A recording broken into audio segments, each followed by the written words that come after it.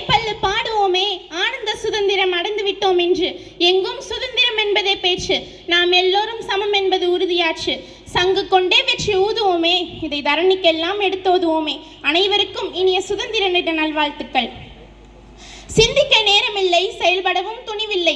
சிறகாய் பறந்து கொண்டிருக்கும் இக்காலத்தில் சில நேரம் ஒதுக்கி எங்கள் அழைப்பை ஏற்று ஊக்கமும் மாக்கமும் அளிக்க பறந்து விரிந்த மனம் கொண்டு பாசப்பிணிப்பால் எங்களை பாராட்டி மகிழ வந்திருக்கும் அவையோர் அனைவருக்கும் என் வணக்கம். இன்று நாம் சுதந்திர தின காற்றை சுவாசித்துக் கொண்டிருக்கிறோம். நமக்கு சுதந்திரத்தை பெற்று தந்த சுதந்திர போராட்ட வீரர்களுக்கு நன்றி செலுத்த வேண்டிய நேரம் இது. ஆண்களுக்கு நிகராக நின்று இந்திய விடுதலை போராட்டத்தில் முக்கிய பங்காற்றிய சில முக்கிய பெண்களில் ஒருவர்தான் நமது வீரமங்கை வேலு நாச்சியார். அவரை பற்றி இன்று காண்போம். ஆயுதமேந்தி போராடிய முதல் இந்திய விடுதலை போராளி, வீரத்தில் ஜான்சி ராணிக்கும் முன்னோடி, சபதமிட்ட ஆங்கிலேயர்களை வென்று இந்திய விடுதலைக்கு வித்திட்ட முதல் பெண் பேரரசிதான் நமது வீரமங்கை வேலு நாச்சியார் அவர்கள். ராமநாதபுரம் மன்னர் செல்லமுத்து சேதுபதியின் மகள் வேலு நாச்சியார். இவர் தன்னுடைய இளம் வயதிலேயே கல்வி, விளையாட்டு, சிலம்பம், வாழ்வீச்சு, ஈட்டி எறிதல், அம்பு விடுதல், குதிரை ஏற்றம், யானை ஏற்றம் என பல திறன்களையும் கற்றுத் தேர்ந்தார். மேலும் தமிழ், தெலுங்கு, கன்னடம், மலையாளம், உருது, பிரெஞ்சு, ஆங்கிலம் போன்ற மொழிகளையும் கற்றறிந்தார். அனைத்தையும் கற்றுத் தேர்ந்த வேலு நாச்சியார் சிவகங்கை சீமையின் இரண்டாவது மன்னரான முத்துவடுகநாத தேவரை மறந்து அச்சீமையின் ராணியானார். முத்துவடுகநாதர் சிவகங்கை ஆட்சி செய்து கொண்டிருந்தார்.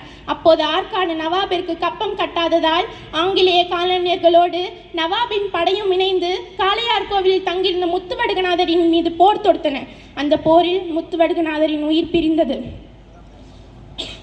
கணவன் இறந்த செய்தியை கேட்ட வேலு நாச்சியார் தன் மகளை அழைத்து கொண்டு பிரதானி தாண்டவராயனும் மருது சகோதரர்கள் உதவியுடன் திண்டுக்கல் விருப்பாச்சி பாளையத்தில் குடி புகுந்தார். தன் கணவரையும் நாட்டு மக்களையும் கொன்ற நவாபை தண்டிக்க வேண்டும் என்றும் தன் நாட்டை மீட்க வேண்டும் என்றும் மனதில் ஒரு கொள்கையை புகுத்தி கொண்டார். அதற்கு தக்க சமயம் வர வேண்டும் என்று காத்திருந்தார். சிவகங்கை மீட்க வேண்டுமானால் தகுந்த போர் வீரர்கள் வேண்டும் என்று எண்ணி மன்னர் ஹைதரிடம் உதவி கேட்டார்.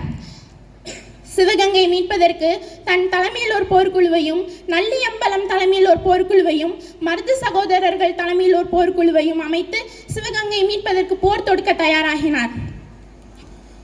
ஆங்கிலேயர்கள் நவாபிற்கு துணையாக நின்றது ஆங்கிலேய அரசு என்பதை உணர்ந்த வேலு நாச்சியார் முதலில் ஆங்கிலேயர்களை தண்டிக்க வேண்டும் என்று எண்ணினார். சிவகங்கை மீட்பதற்கு தன் படைகளை திரட்டி கொண்டு சிவகங்கைக்கு செல்ல தொடங்கினார் வேலு நாச்சியார். வழியில் ஆங்கிலேயர்கள் செய்து வைத்திருந்த தடையை தகர்த்து சென்றது வீரமங்கை வேலு நாச்சியாரின் படை.